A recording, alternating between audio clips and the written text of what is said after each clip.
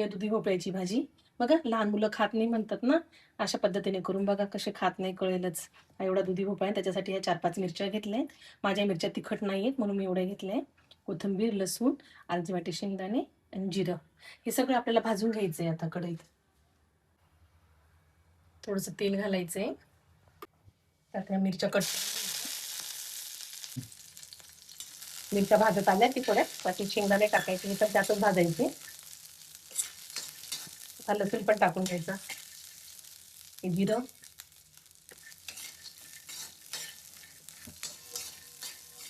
मस्त 2 मिनिटं भाजून घ्यायचं. आणि हे सगळं मिक्सरला बारीक, आणि त्याच्यातच मग नंतर कोथिंबीर टाकून मिक्सरला बारीक करून घेऊ आपण. झालंय वाटण, मस्त बारीक पेस्ट बनवायची त्याची. दुधी आता आपण कट करून घेऊया भाजीसाठी. माझा दुधी खूप कवळा असल्यामुळे मी त्याची साल काही काढलेली नाहीये.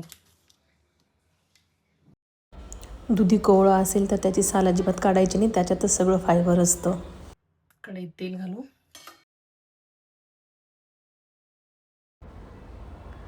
त्यात मोहरी, जिरं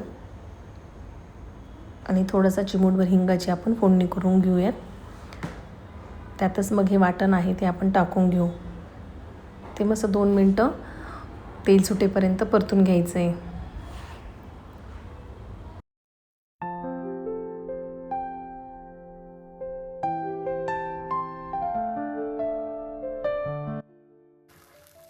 हे आता आपलं परतलं गेलंय वाटण.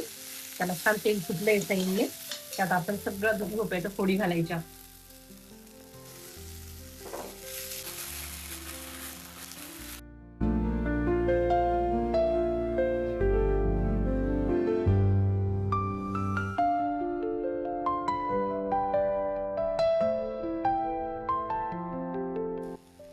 त्याच्यात आपण थोडंसं पाणी टाकून घेऊ. मी मिक्सरचं भांड आहे तेच धुवून घेतले स्वच्छ.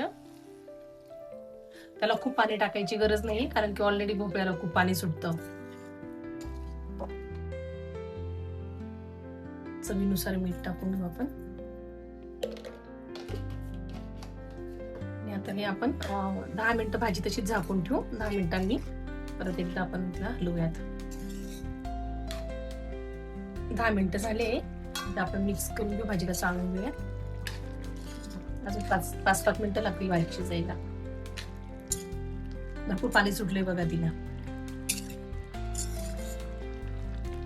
चला अजून आपण हिला 5 मिनिटांनी एकदा चेक करूयात.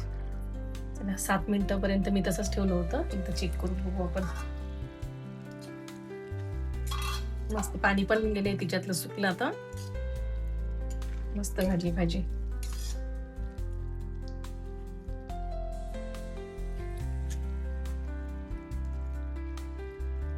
आता अशा पद्धतीने तुम्ही मुलांना देऊन बघा खायला, बरोबर खाणार.